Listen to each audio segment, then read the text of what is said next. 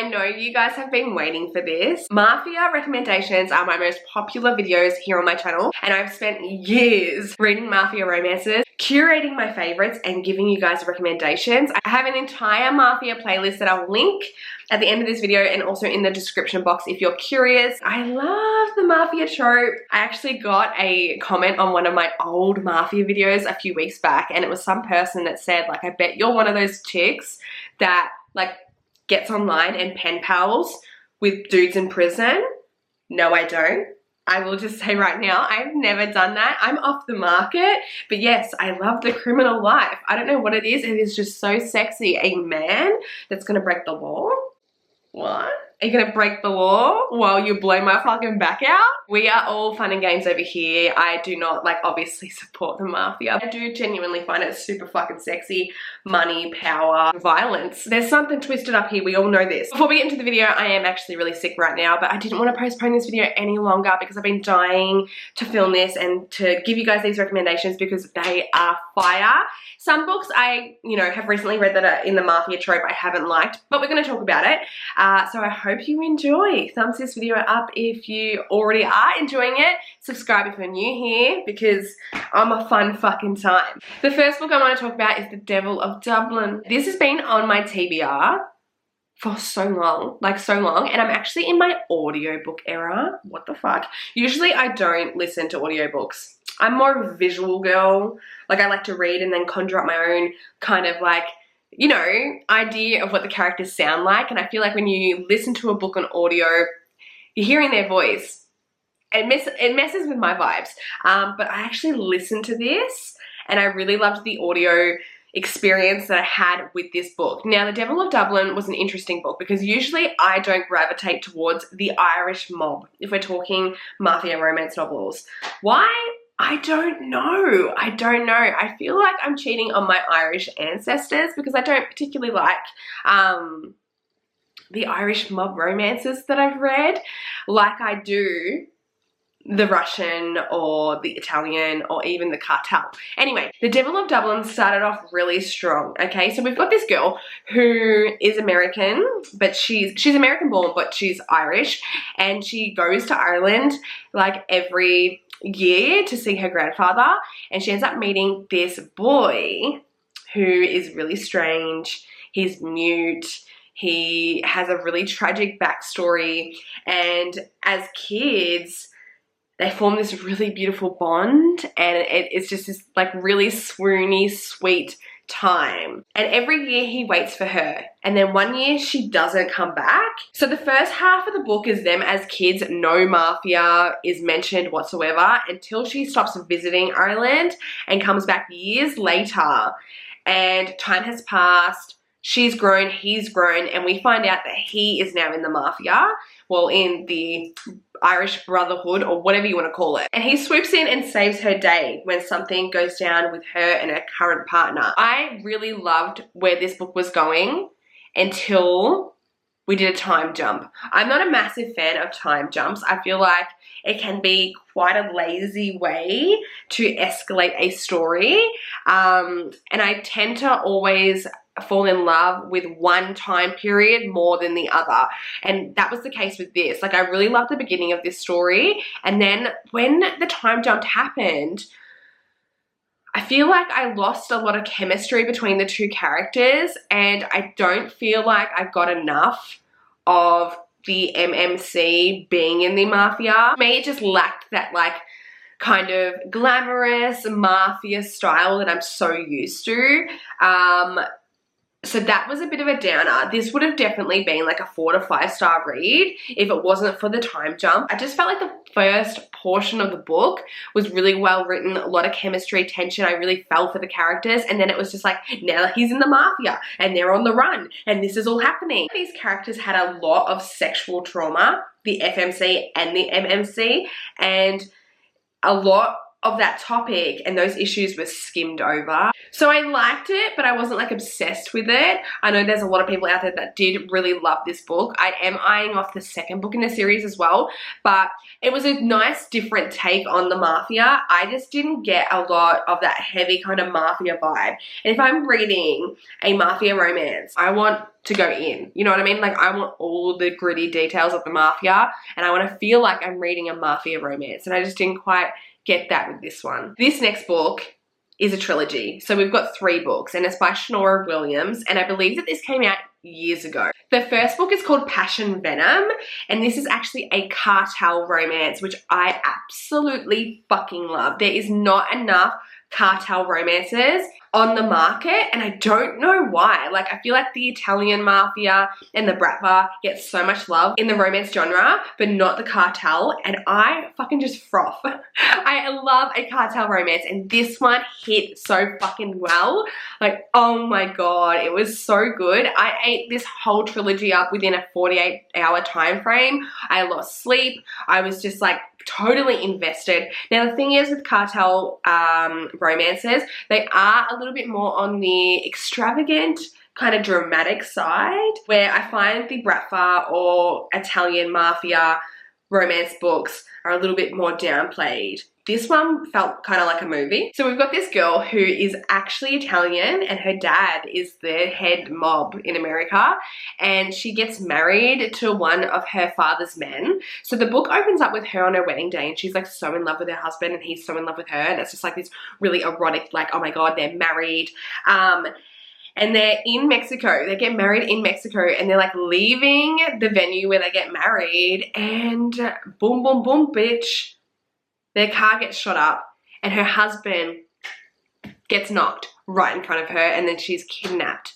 Bang. So we've got like a kidnapping trope going on. She ends up in this random place in Mexico and wakes up in this fucking dank room, and she's held captive. When the cartel leader comes to visit her and realizes who the fuck she is, he's like, fuck. We should not be keeping this bitch in this dank room, like bring her to the house. And he pretty much sits her down and he's like, I own you now. Like, you are mine, you're in my presence, I'm taking care of you, I own you. This motherfucker, his name is Draco. And he is so evil, bitch. Like, he is divine, but he does the most twisted shit. Like, one scene, I will spoil this scene. She's late to breakfast and he's got like this real thing. Like, you gotta be at the breakfast table at 7 a.m. Okay, no later. She's late, and as a form of punishment, he starves her and also makes the other chick that's living with them eat her out while he watches. Like, it was just bonkers, bitch, fucking bonkers. But the thing I loved the most about this cartel romance is the heroine was a badass. Like, I love a feisty woman that knows what she wants and isn't afraid of like her circumstances. And a lot of times in mafia or cartel romances, they're weak, meek women who cower under these men. And I just love a bitch that can go toe to toe with like a mafia boss. It's so hot, man. It's so hot. Power and power together.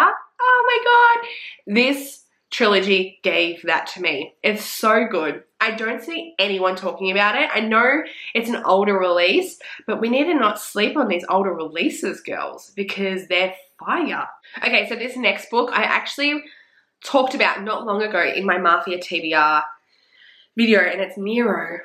Nero by S.J. Tilley. I rated this 3 stars. Everyone was telling me to jump onto this series because it's buck wild and it's so amazing, but this book really fell flat for me. It wasn't terrible, it wasn't bad, but it was just kind of like predictable, I guess, in a sense. So we've got this girl who's like on the run and she's just chilling in her fucking living room one night and she's left her door open and Nero walks in, this mafia dude, and just sits on the couch with her and eats her popcorn. That's how the book starts. The thing with this one, it was very Insta-lusty, like straight off the bat, and sometimes, okay, I can get down with Insta-lust. But like with my Mafia books, I like angst. Okay, I love a bit of an enemies to lovers, like arranged marriage type of like push and pull, like she's fighting herself, like she's coming into her power, like she's learning the mafia world and she's like taking it on. Where this one was very insta-lusty and they were just like into each other straight away.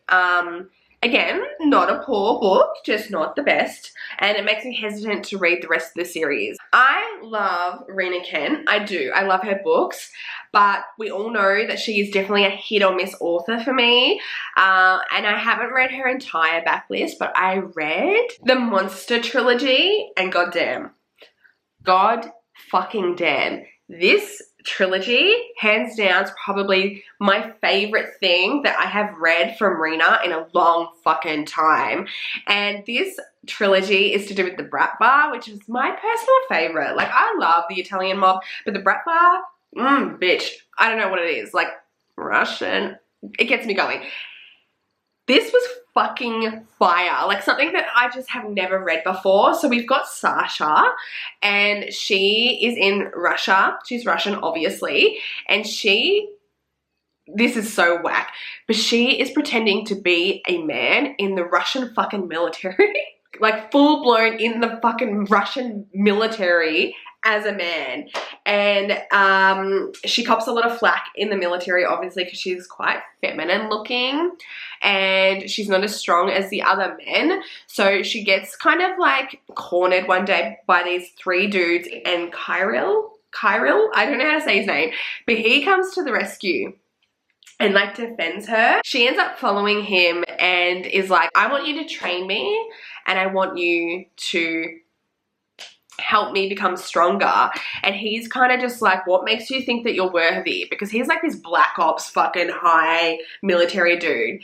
Anyway, Sasha's in the military because she's trying to figure out who put a hit out and killed her family, and she kind of figures out that Kyril is intertwined with what happened to her family. So when he leaves the military to go back to America and take his rightful place as a Bratva member, like a higher member, she decides to follow. This was so fucking good. Like, even before they get to America, like there's a ton of shit that happens in the military in Russia when she's training with him, and it is so fucking divine. Like, I was swooning so fucking bad. It makes me want to reread the Vow of Deception trilogy. I never got through book one. I actually DNF'd it, and it makes me want to go back because the features in the Monster trilogy of Adrian, my god, I want to eat that man. Oh, there's just something about the Bratva, and I just loved Sasha because she was just a boss fucking bitch. Like, she was a boss bitch. Like, she wasn't backing down to none of these motherfuckers. She was taking them on, like, head on with these Russian fucking Bratva men, and she was just like, I'll handle you. The only thing that was kind of annoying about the trilogy was there was a lot of miscommunication, and if they just fucking sat down and talked about what the fuck they were feeling and what they were going through, and like just genuinely communicated outside of having sex, a lot of the plot wouldn't plot, you know what I mean? Like, they could have resolved so many issues that they had, but I guess their story wouldn't have been 3 books long if they knew how to communicate.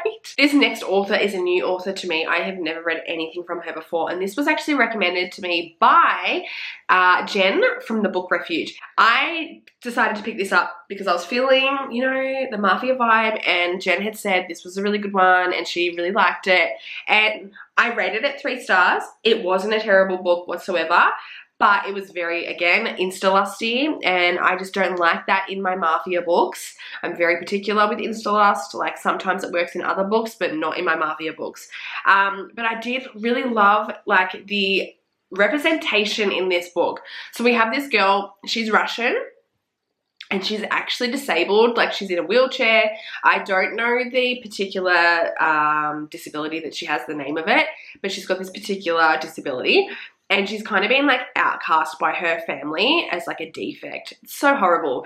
And her father is the head of the Bratva, and he marries her off, gets rid of her, and sets up this fucking marriage with this Italian mob star.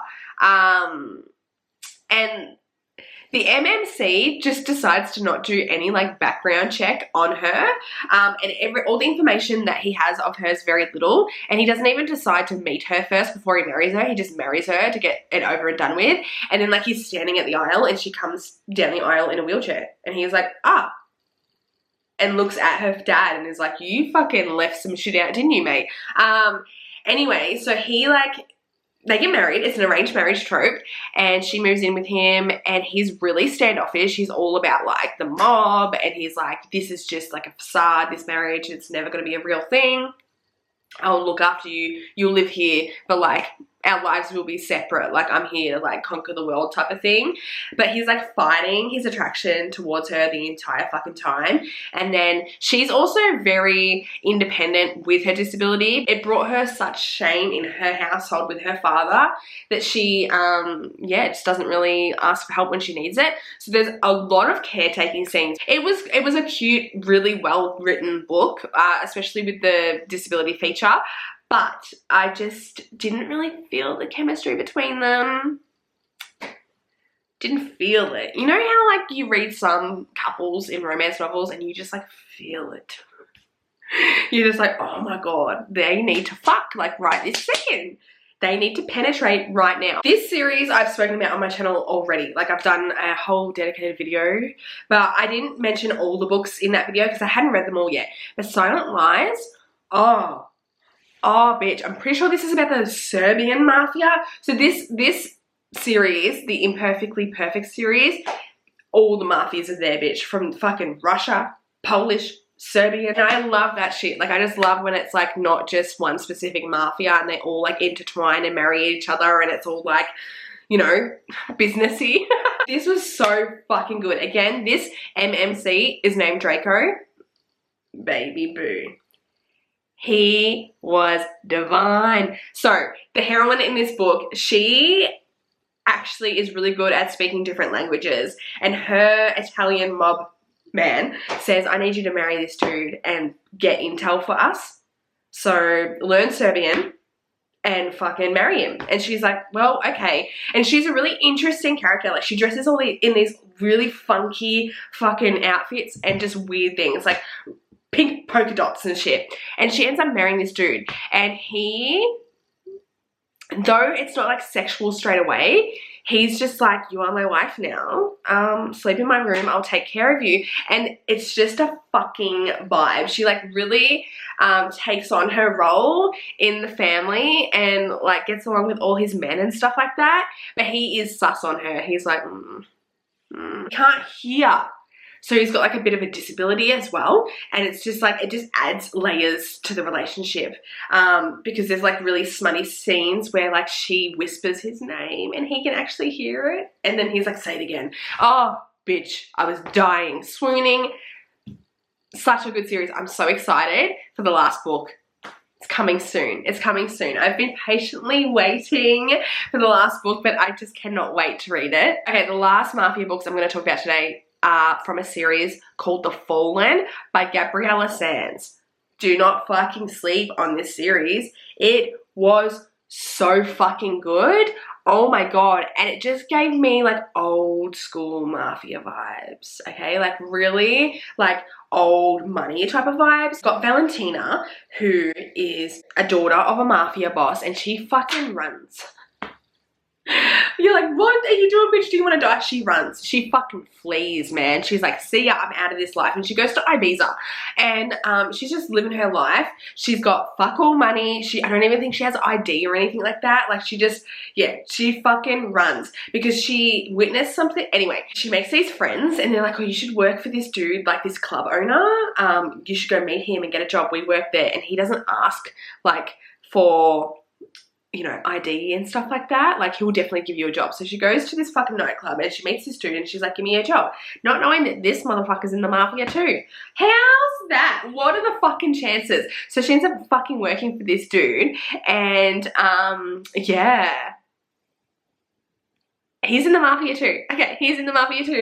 And she's just ran from one fucking wolf to another and she's caught in the lion's den, bitch. So there's like 4 or 5 books, I believe. So yeah, we've got When She Unravels, and then I also read When She Tempts, and then I also read When She Loves, and I haven't read book 3. For some reason I jumped to book 4, but they're interconnected standalones. Like you meet like all the characters in the first book, When She Unravels, and it's like about her sister and stuff like that. It is so fucking good, like so good. I don't see enough people talking about it. Like if you're someone that loves Cora Riley and authors like that, you love this. But I will say, I've already said it before in the video, it's very old school Mafia. Like it's all like set in Italy and stuff like that. If you have not read this series, please fucking do yourself a favor and go and read it right now, okay? I hope you guys enjoyed this video. Let me know in the comments below your favorite Mafia book that you've read recently, if you have any recommendations or suggestions. I really feel the need to read